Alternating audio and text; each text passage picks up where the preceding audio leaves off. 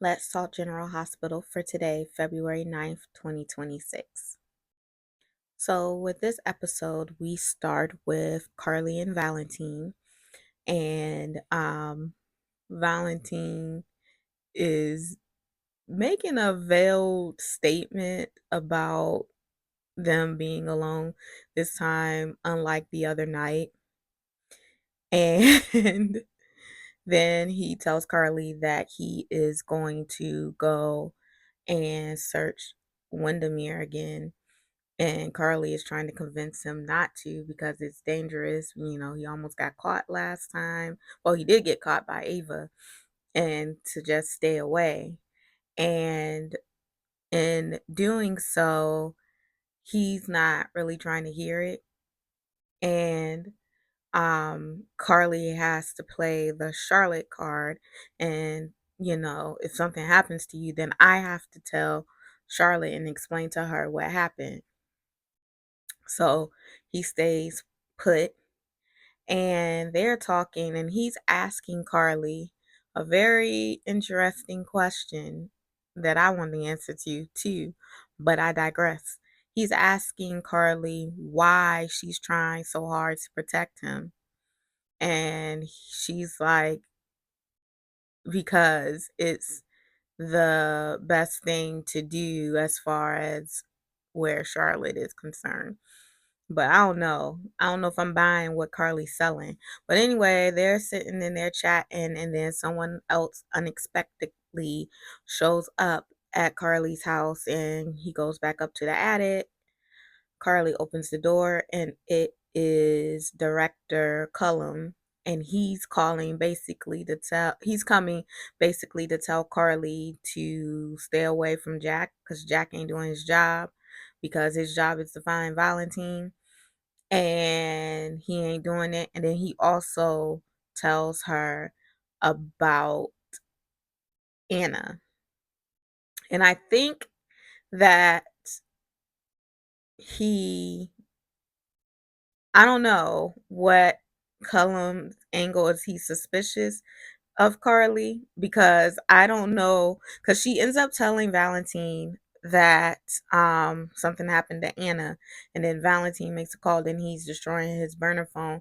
But I don't know if Carly may have just played into Cullum's hand. I'm a little concerned about that.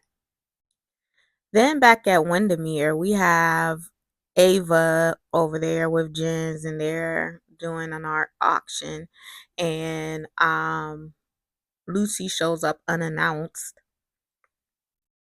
and she's surprised to see Ava there.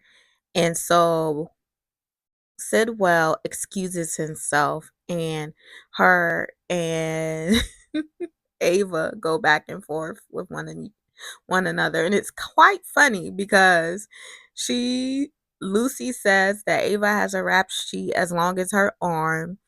And then Ava says, the only thing you collect is husbands.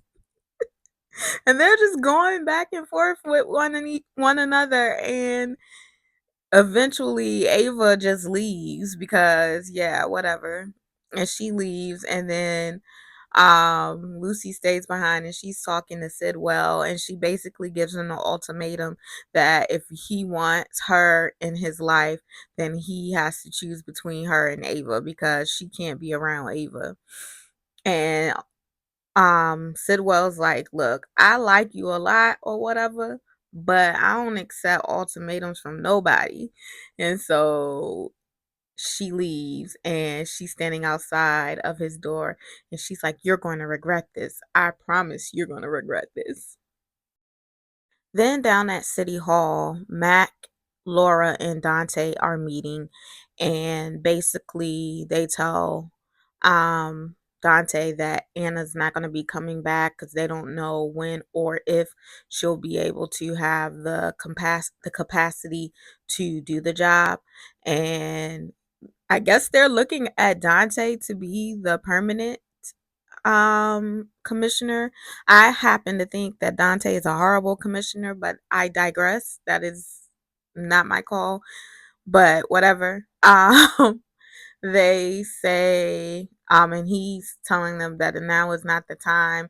He doesn't know. He got to think about some things. And he leaves. And Laura and Mac, they continue to talk about, Anna and, how this may be affecting Mac. And, it's hard for him to see Anna this way.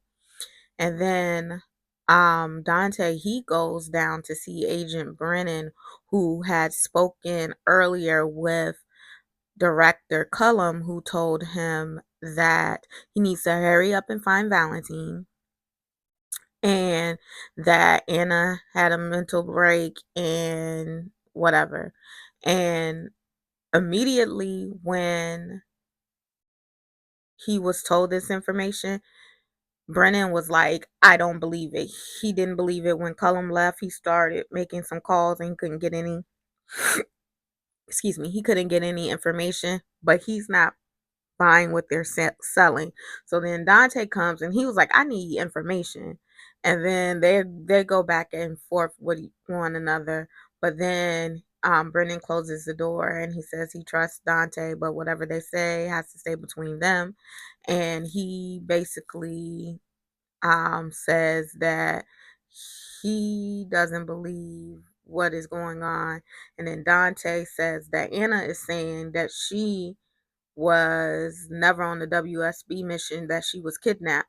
And they're looking at each other like, oh, something nefarious is going on here.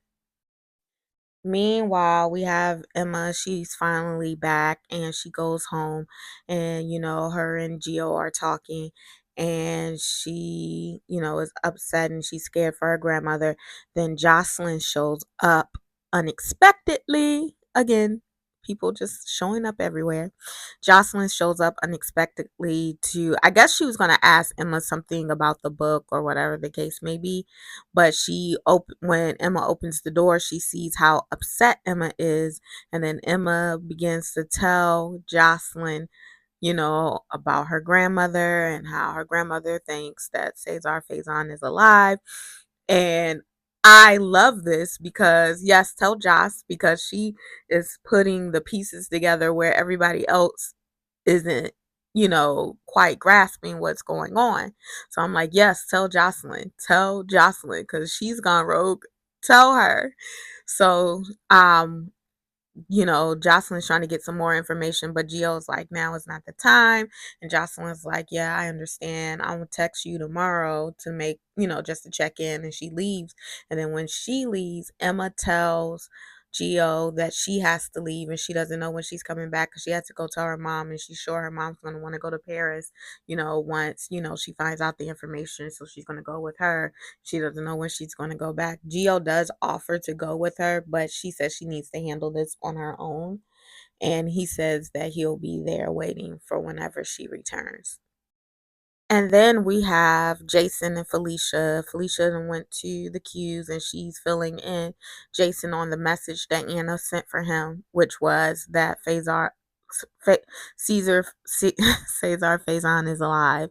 And so she tells him, and he's like telling Felicia about his last conversation on Halloween that he had with Anna.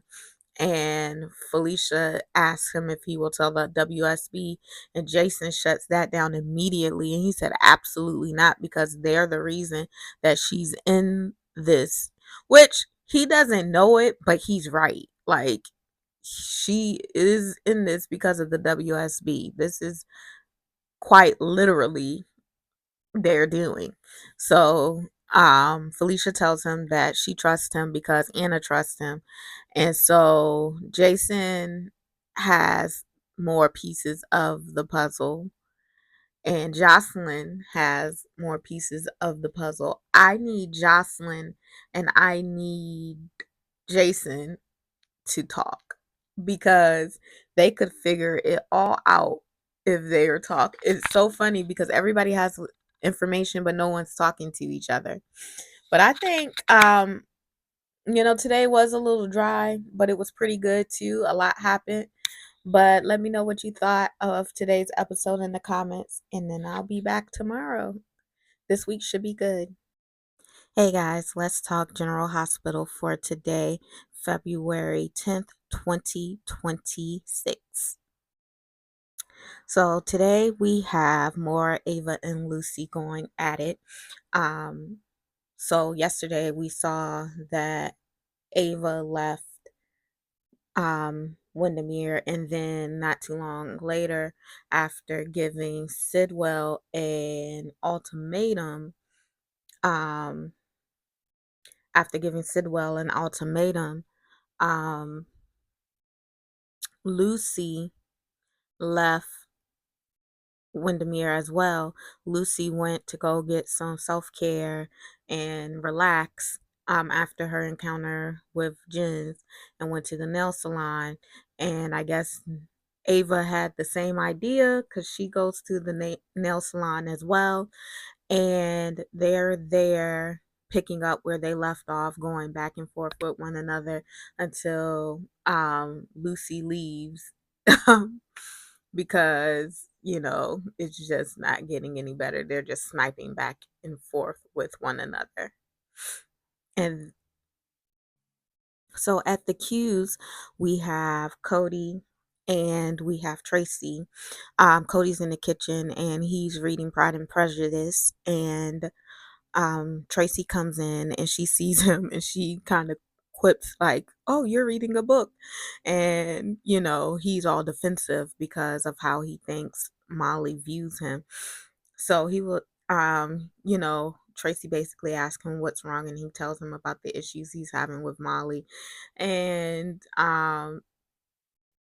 she's very encouraging. I always like the relationship between Cody and Tracy because it's not many people that Tracy just, gets along with. I love Tracy, don't get me wrong. But like, how many people Tracy get along with? But she really gets along with Cody, and I like their exchange today.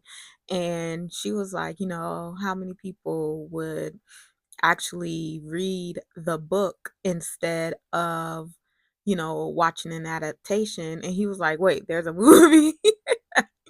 And I just love their exchange. Meanwhile, back at the nail salon, Christina and Molly are meeting to have a sister date and get their nails done. And, Molly has a little bit of attitude with Christina because she sent her book to her agent without her permission. And, it's caused the problems with her and Cody. So they're talking about that. And Christina was like, Cody should be thanking you because the agent thinks that Ollie shouldn't change anything and that the audience would fall in love with the Casey character in the book. So, you know, I it's good to see Christina and Molly getting along.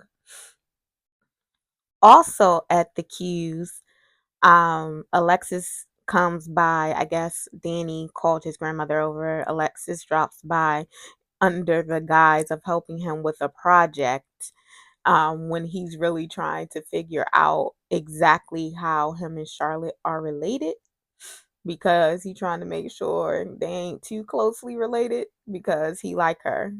And it's funny to me, and she tells them, um goes down the family tree kind of, and they're not like closely related. It's too close for my comfort, but different strokes for different folks.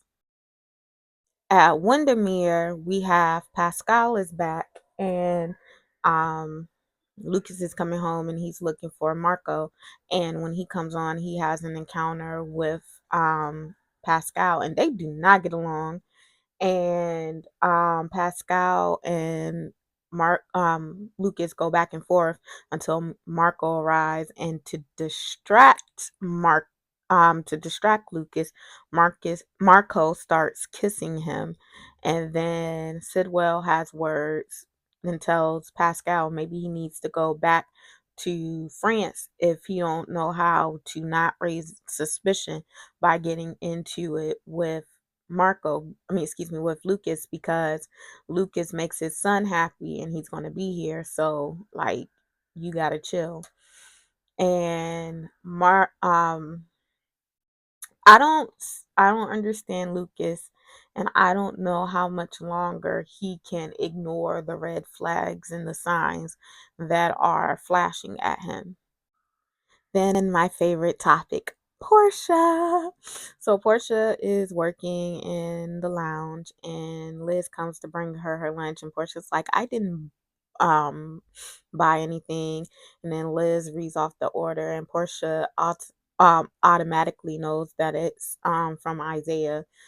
And what pisses me off is for someone who acts entitled like Curtis, like he just knows the baby is his, he's not doing anything to help the process along, because I haven't seen him make sure that Portia eats or do anything that you would. And I guess I get that, the paternity is a question, but if you think that this baby might be yours, you should want to make sure that the mother and the baby are as comfortable as possible. But I digress. That's my grievance that I have with Curtis. Um, I'm pretty sure my prediction is that Curtis is the dad.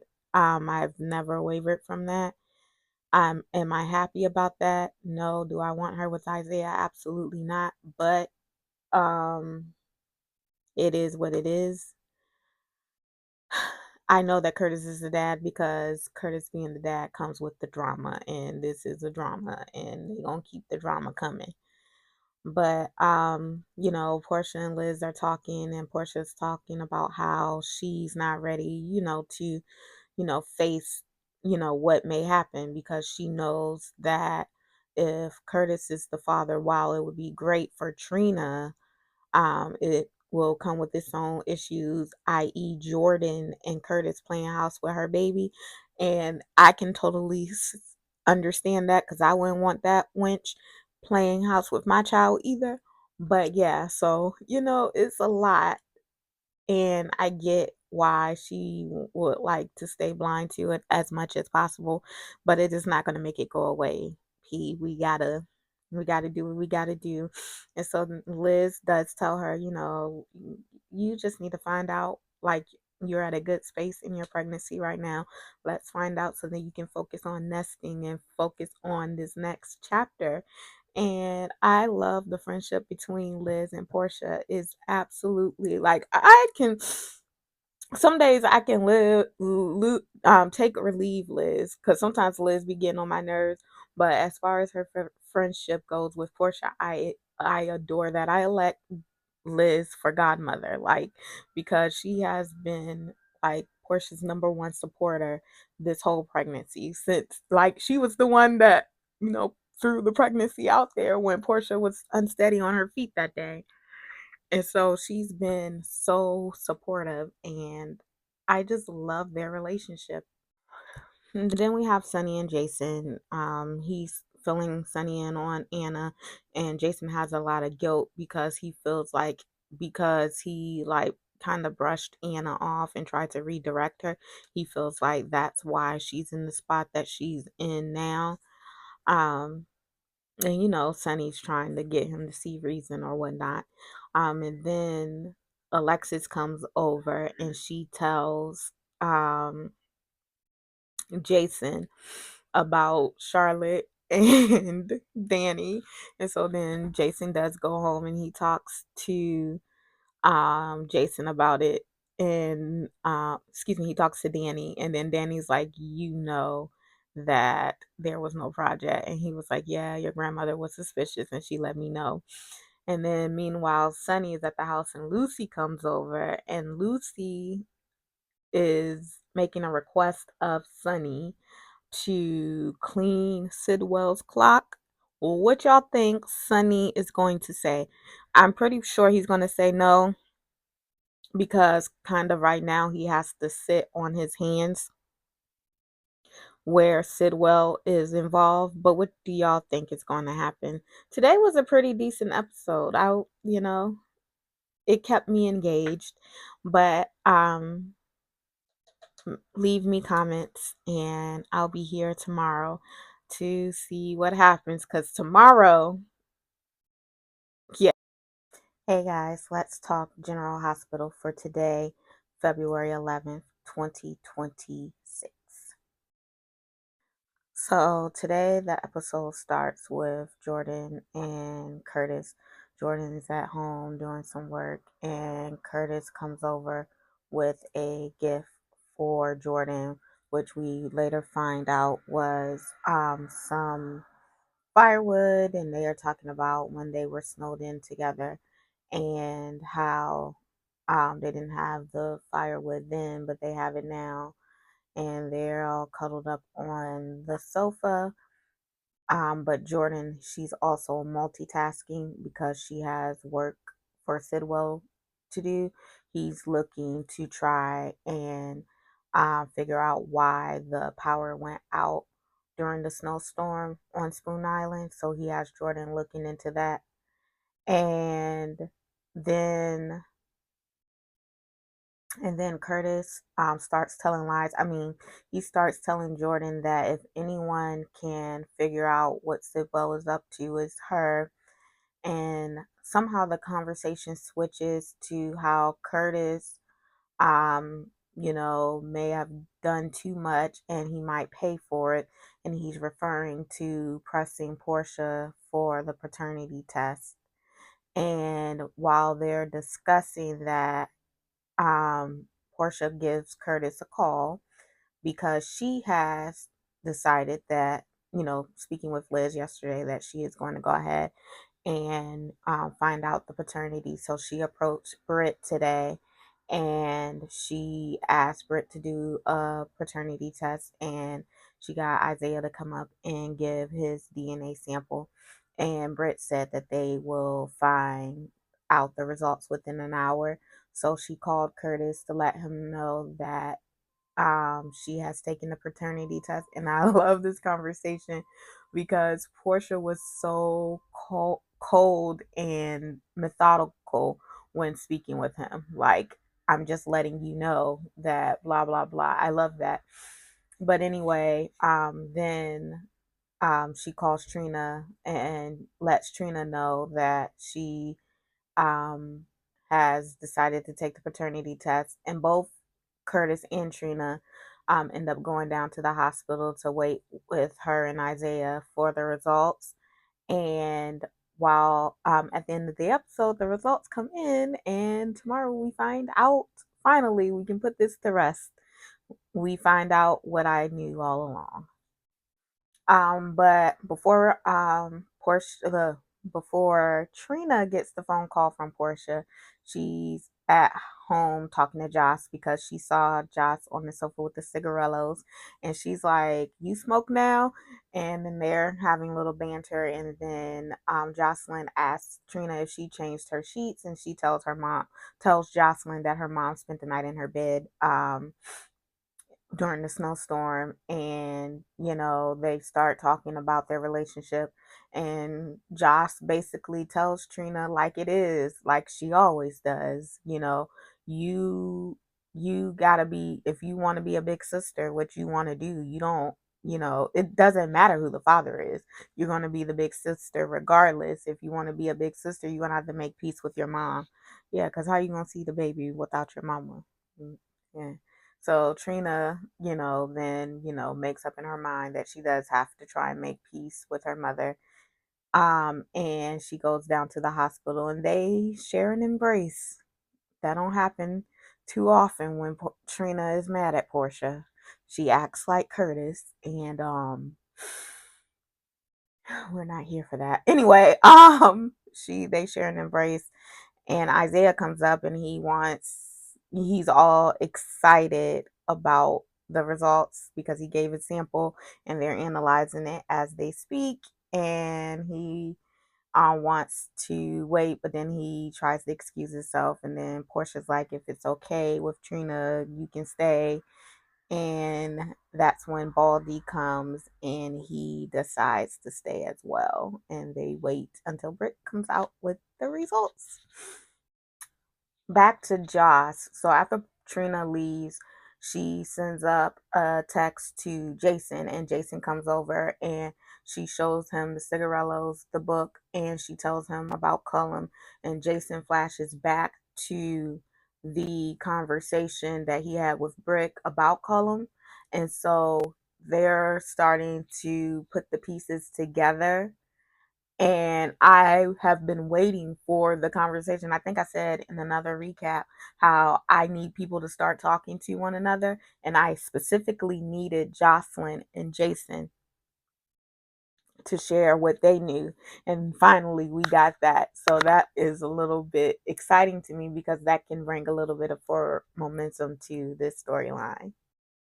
Meanwhile, Charlotte goes to see Valentine again, and he's like a little bit upset because she snuck over there, and she's telling him that she really had to go over there because she needed to tell him that he can't trust Nina. And it comes out during this conversation that Danny knows everything, and Charlotte is trying to get her father to know that she really trusts Danny. And we're just gonna have to accept that the kissing cousins are just going to be kissing because they try to explain it away. Although they are related, it's very distant, so we're just gonna have to deal with it, I guess.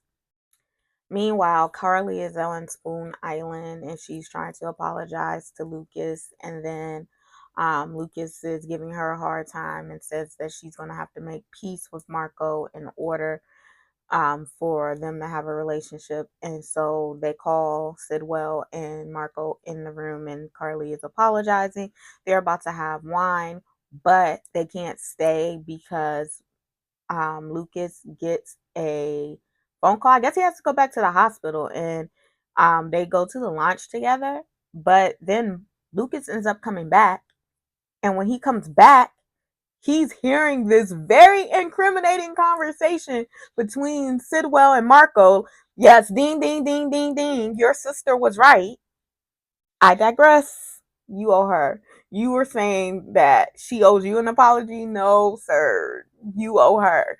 But I digress. And he's hearing this very incriminating conversation. And I don't know why he wasn't more aware of his surroundings, because he always says that Pascal pops up out of nowhere. And of course, when he's hearing this conversation, guess who pops up out of nowhere? Pascal sees him hear this conversation.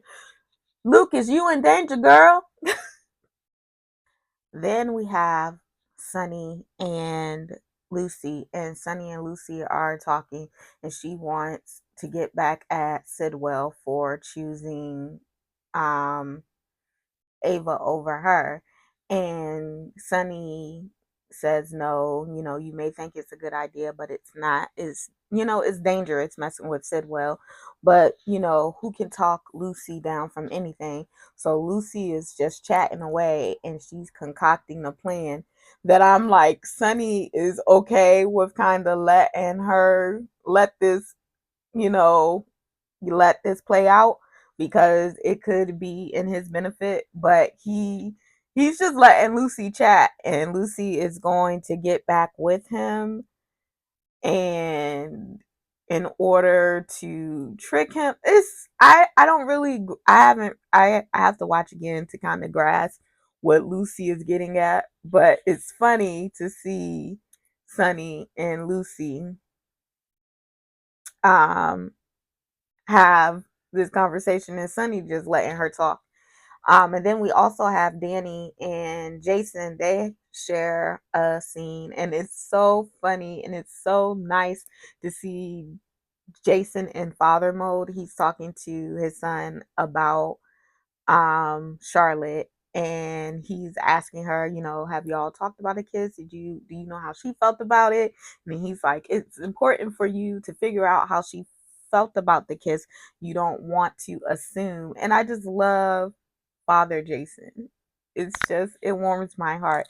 But I will really say that this was a really good episode, especially the second half of the episode, because a lot happened in that second half.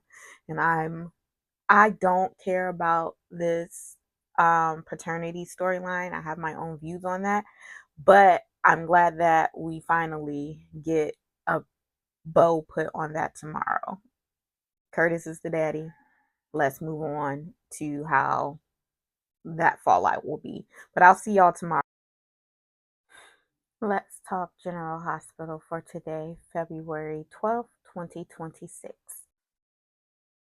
So today we start the episode with Felicia, Georgie, and James. They're in Boston visiting Maxie, who we know is in a coma. And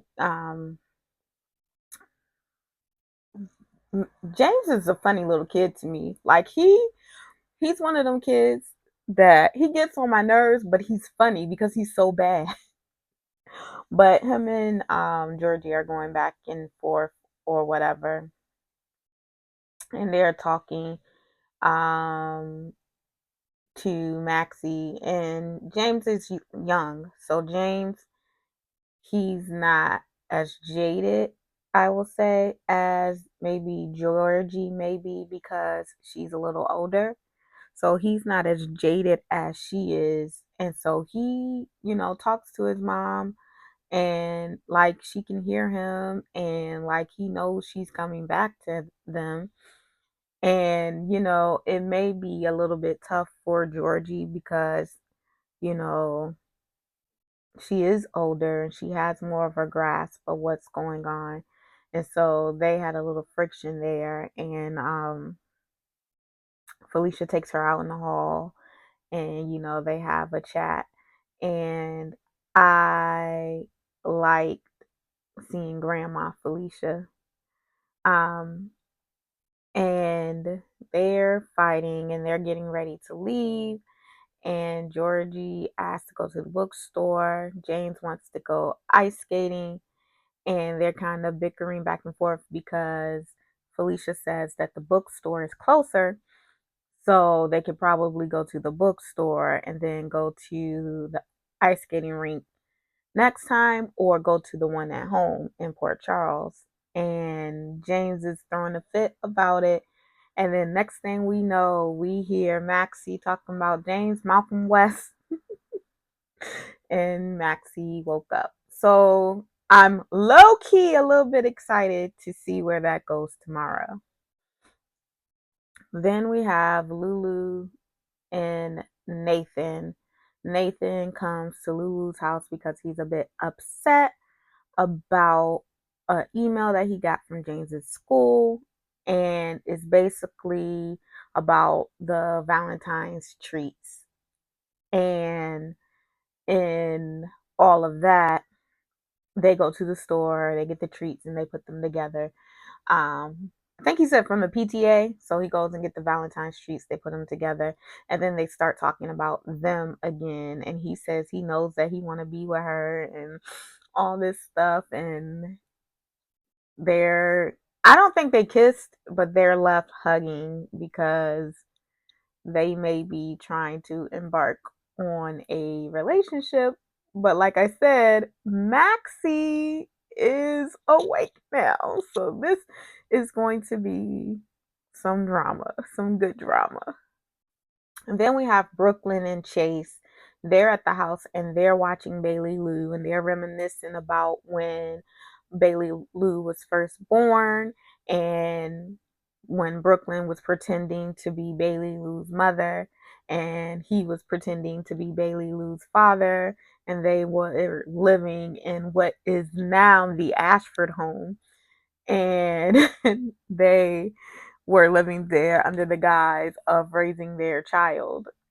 And they were talking about Bailey Lou, and then they started talking about adoption. And then Brooklyn tells him, she's not ready to move forward with talking about adoption right now because things are just now getting good with her and Gio, and she needs to focus on that. She doesn't want to do anything to jeopardize that, which I think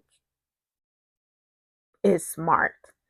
And then he leaves to go to work. He's back as a uniformed cop. So he leaves to go to work, and Gio comes over and he's talking to Brooklyn and about Emma leaving, and they have a very nice mother son conversation. Meanwhile, down at the PCPD, Jordan is there talking to Dante. He called her over because he wants to make her aware of the status of Anna, and he's telling her that Laura has offered him the job permanently, and she's like, I did your job. I'm trying my hardest, y'all, to not say anything slick where Jordan is concerned. But she's like, she did your job, she did his job, and the job made her miss being an actual detective. And he was like, it's a lot of meetings, and he jokes because he's slick trying to ask her, yo, you want your job back? But she says that that's not the direction her life is going right now. And um then she leaves, and when she leaves, Chase comes in for his shift, and they're having a conversation. And basically Dante is trying to put down like the ground rules for how this is going to be going forward. And he tells him that you're not a detective, so if you get any evidence about my about Drew's shooting, that's not for you to have anything to do with. I'm staying out of it. If the investigation, if DA Turner does bring charges against Michael, it's not going to have anything to do with him. That's handled between DA Turner and Mac. And he's just setting the ground rules and asking Chase if he can deal with the terms and conditions, and if he has a problem with answering to him, because as we know now, Dante is going to be the commissioner of the PCPD because basically Anna is incapacitated right now and won't be able to resume her job. So he's just trying to make the point clear to Chase. And then while he's talking, we see Chase flash back to when he had Michael's keys, and to him putting the keys on the floor and the Q kitchen and all of that. So, what do y'all think about that? Is Chase going to be able to come to work, do his work, and go home? Or is he about to definitely get involved in the shooting of Drew in this investigation? My gut is telling me he's not leaving it alone because he has it out for Michael. I don't recommend that he does so, because then that's only going to force Trina and Kai to have to come forward, and that's going to cause a lot more trouble. And last but certainly not least, my boo got her paternity results, and Curtis is in fact the father. I told y'all that yesterday. I said the quiet part out loud. Um and that hit her like a ton of bricks because yeah, I have to be an adult and co-parent with someone who is not an adult, because Curtis is not an adult. He's not an adult. Um Isaiah rushes off, Trina rushes off, and Portia and Curtis, they sit and talk. And I was laughing during their scenes because the whole time Portia was looking at him like, it was funny to me because Portia ain't feeling them and ain't feeling it, but it is what it is. And meanwhile, Trina talks to Ava, and Ava is giving excellent advice. And then I would like to say, it is irritating me that we're painting the narrative that Portia cheated on Curtis when Curtis kissed Jordan a long time ago and then kept her on ice all this time, and then basically started up emotional affair with her about last November, October, November, no, it was December-ish. So I digress. And then we see at the end Portia foreshadowed something, and Jordan and Curtis pretty much confirmed it, talking about something they don't have anything hanging over them. So what's about to happen? But I will be here tomorrow. See you then. Bye. Hey guys, happy day before Valentine's Day. Let's talk General Hospital for February 13th, 2026. So, on this episode, we start with where we picked up last night, yesterday, where James, Felicia, and Georgie are talking, and Maxie is behind them. She's waking up. So we pick up there, and everyone is hugging Maxie, and Spinelli comes around the corner with from the bakery because we heard yesterday that he was at the bakery.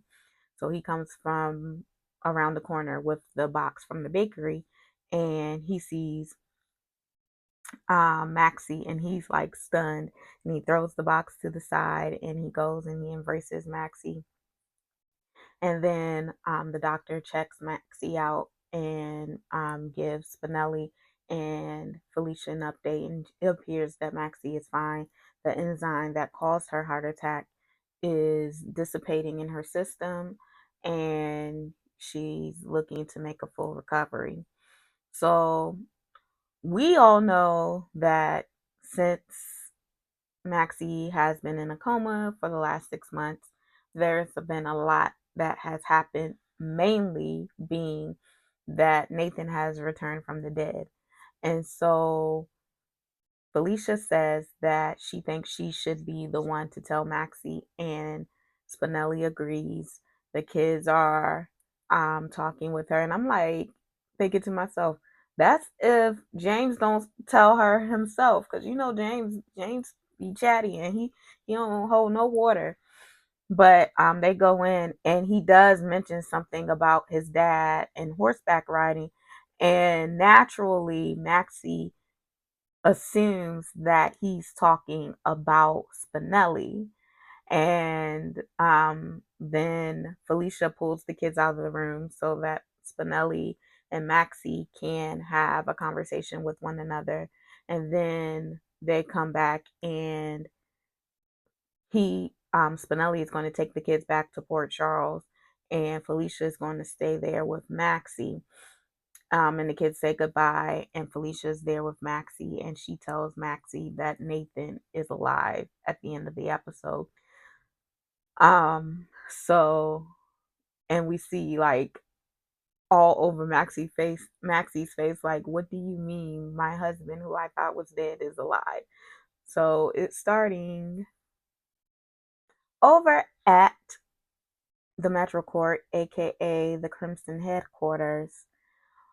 Michael and Jacinda are there in the area where Jacinda works. And Michael is there shirtless, and Nina automatically assumes, because the last time she saw Michael half naked, he was in her office about to get hot and heavy with Jacinda. So she naturally assumes that that's what's going on here. However, it appears that Michael spilled coffee on his shirt, and Jacinda was just giving him another shirt. But then Michael asks to speak with Nina, and they're talking, and she's saying, thank you for, giving Willow shared custody. And he's like, yeah, I hope that you can give me something too. And he asks her to back off of Jacinda, and they agree. And he agrees not to have sex all over her office. And so he goes out, and he's talking to Jacinda, and Jacinda's talking to Michael about his custody, and he's like, how did you know? And she was like, Christina told me.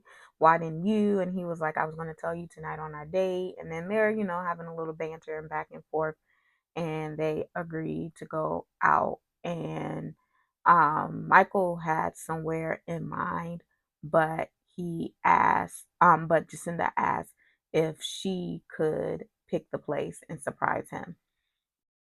Meanwhile, at the hospital, Liz is getting ready for her date with Rick, and Lucas comes into the locker room, and he tells her she looks beautiful. I did like her dress. I was like, okay, Liz, okay, I see you. But anyway, she was getting dressed for her date with Rick, and she could see something was wrong with Lucas, and he was like, I don't want to, be a downer when you're about to go on your date. And she was like, what are you talking about? Like, you came and sat with me when I was injured and watched the nurses ball with me. Of course, I got time to listen to you. So he tells her about, what he overheard between Sidwell and Marco, and he is struggling because it appears that his sister was right, and it also appears that Marco is lying to him. And Liz is trying to play devil's advocate, which was getting on my nerves because Liz, come on now, let's be for real. Like, come on, sis, let's be so for real. But anyway, she was giving playing devil's advocate, and she says that things are complicated. She knows that what he and Marco share is real, and people might lie for different kinds of reasons. And while I do believe that, she also, my thing with Liz is, you told him not to move into Windermere. You know that Sidwell was holding Lucky hostage and that he is dangerous. So why are you encouraging this relationship? But in the end, she did tell him, Sidwell is dangerous. He was holding Lucky hostage, and Lucky and Isaiah actually hostage. You do need to go and get your stuff and move out of that place.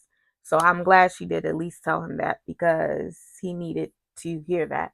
However, he goes to Windermere, and while he is at Windermere, he overhears another conversation that Marco is having, and Marco turns around and sees him standing there and is about to go down. Also, while at Windermere, um, Britt was giving her medicine, and she is trying to figure out a way, kind of, so that she can get the medicine to Jason. And then she's telling him, why are you doing this with your dad? I know firsthand about this because I did this with my dad. You're going to ruin everything that is good in your life. But he ain't trying to hear it, because his only thought right now is getting revenge on Sonny for something Sonny did not do, because Sonny had nothing to do with your mother taking those pills and killing herself. Meanwhile, Lucy goes to Windermere, and she is enacting her plan in which she is telling Sidwell that she should have never given him an ultimatum. And so she is asking him to be in his good graces again. And he's like, yes. So then they go down to Crimson to meet with Ava so that they can go and have dinner for three. I don't know what Sidwell doing. Do you think he Neo? Like, what's really going on? What is happening here? And then we have Nathan and Lulu. They're still dancing around one another. And while they're dancing around one another, Brooklyn comes over with Bailey Lou. I guess she's dropping off Bailey Lou with Lulu. And she comes over, and while she walks up on them, and she asks, Brooklyn, she directly asks Brooklyn, what is going on with you and Nathan? And she's telling that they have feelings for one another, and she thinks that they should explore it. How do they even know that anything is there? And then Brooklyn is telling her that she needs to shut it down because it could hurt Maxie. And then they get the call from Spinelli that Maxie has woken up. So what's going to happen? I know that she probably will leave it alone now. It'll be easier to leave it alone since Maxie is awake. But is Brooklyn going to tell Maxie about what was going on?